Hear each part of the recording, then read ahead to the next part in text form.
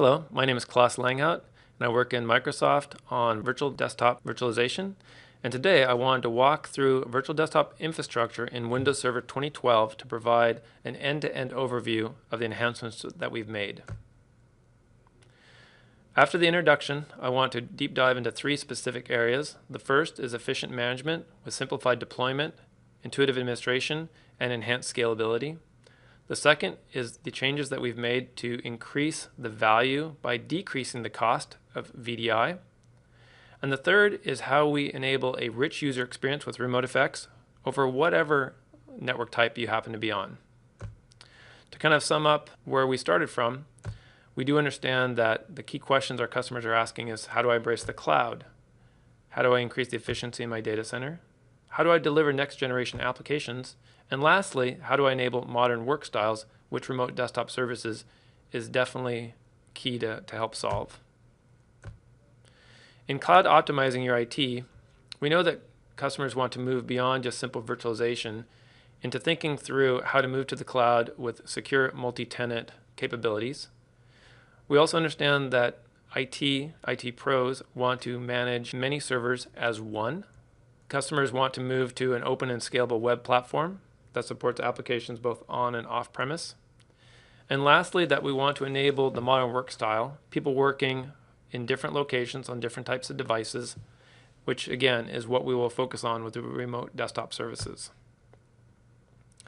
A brief summation of remote desktop services in Windows Server 2012 is that we focus on providing a single platform that is very simple to deploy and very easy to manage with a single console. We've wanted to ensure a single experience, whether you are remoting across the LAN or across the WAN, coast to coast, or on a Wi-Fi network. Also, regardless of what deployment model that you choose. And we have three deployment choices that we make use of. The first, being a desktop session, previously called a terminal server session, provides the lowest cost by sharing the server OS across many users. The middle or second deployment option is a pooled virtual machine, which has a single gold image across a set of users.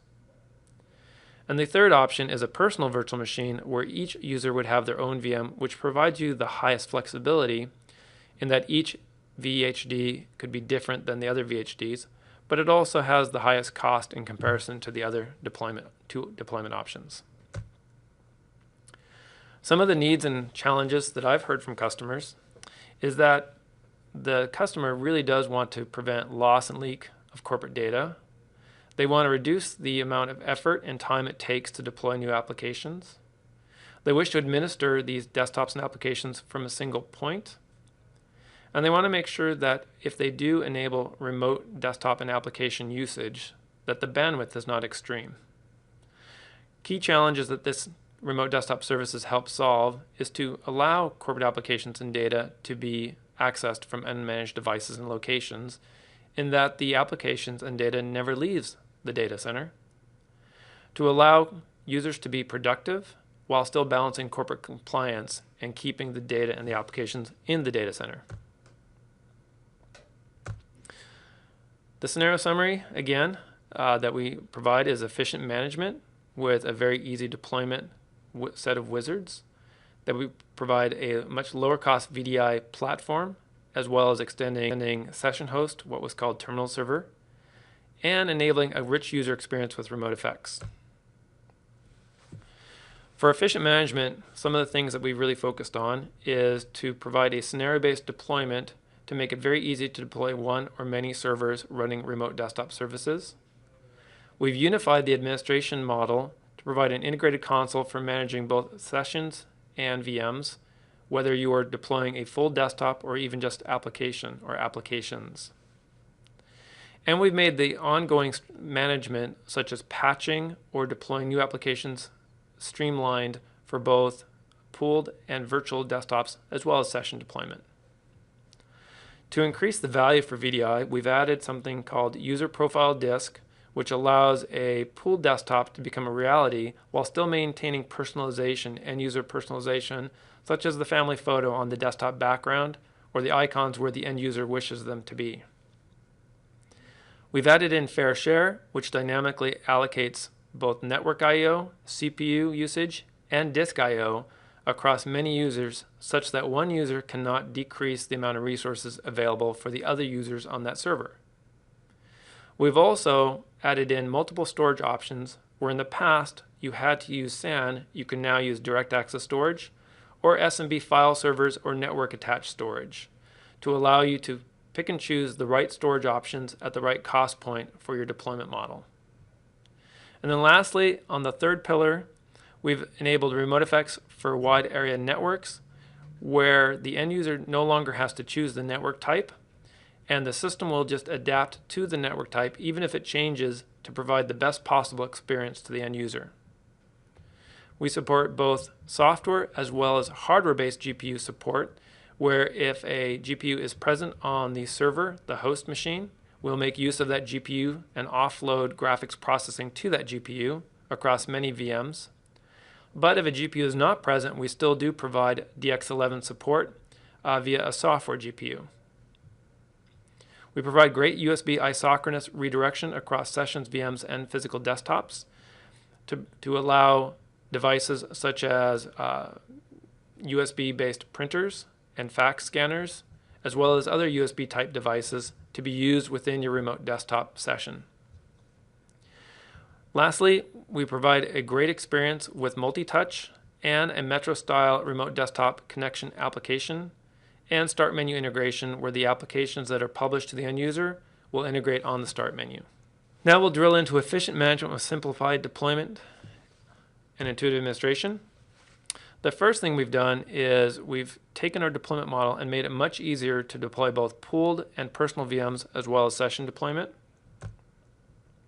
We've integrated all of our admin tools within Server Manager into a single console.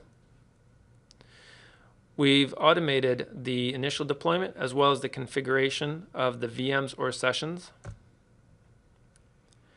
And we've done the same thing for remote desktop sessions and included Wizard for deploying all of the above.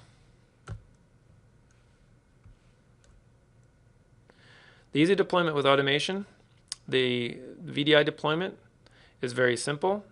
Creating the virtual machines can be done very simply where the configuration settings necessary for a VDI deployment is done by our administration console.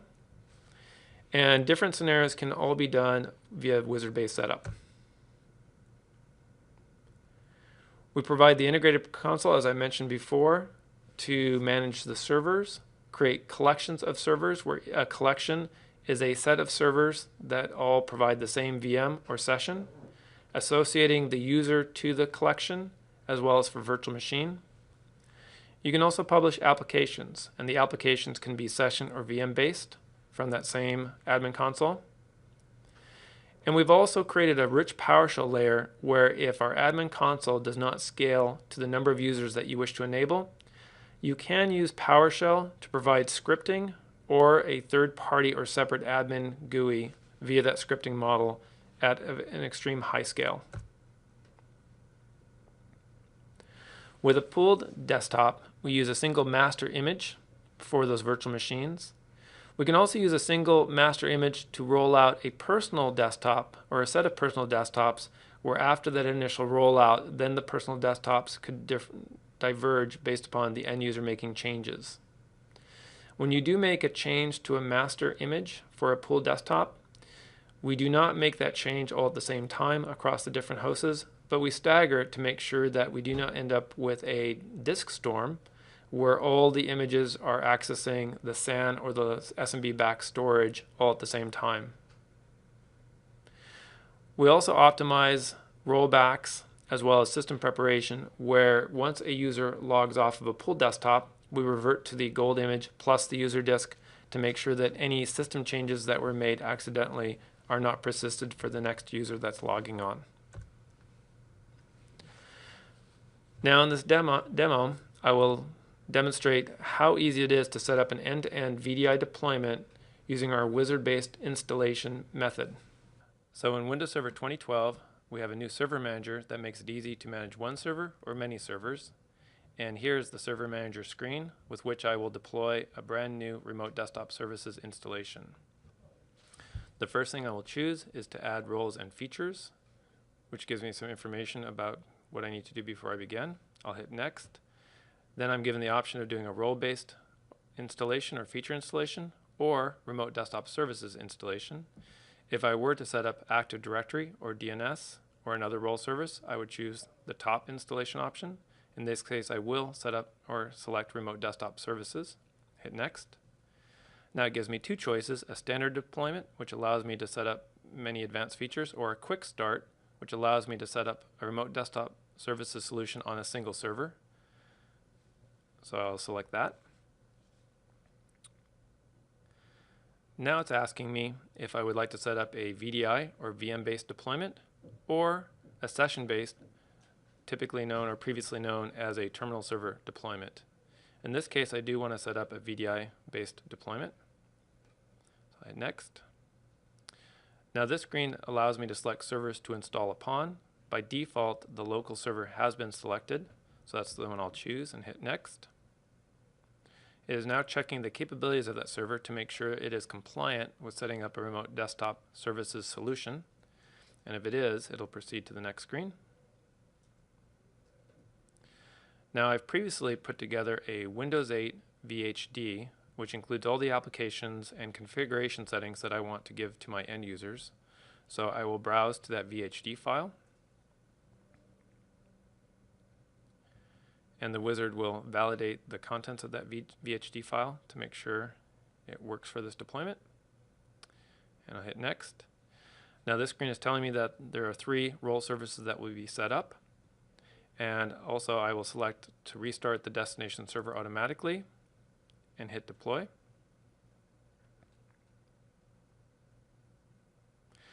Now this screen actually shows me the status of the various role service installations. So I'll bring up Internet Explorer and I'll type in the web address that was published for my deployment. And it will find that new IIS site that was just deployed via my remote desktop services installation. I'm being prompted here to continue because I did not set up a certificate, because I wanted to show you how easy it was to set up a deployment, not add the certificates necessary to provide true single sign-on, which is subject for a separate demonstration. So I am prompted for my username and password on the deployment I just set up. When I type that in, I am provided with the icons that represent the resources I've published. I've only published a VDI collection. I did not publish applications, so that's what I'm chosen. Again, I wanted to set up the deployment as fast as possible, so I did not add the necessary certificates to sign the files, which I could have done. And when I hit connect, it will connect to that VM, which the broker is now spinning up on top of the Hyper-V server. And there I am. I am now remotely connected to my Windows 8 VDI image.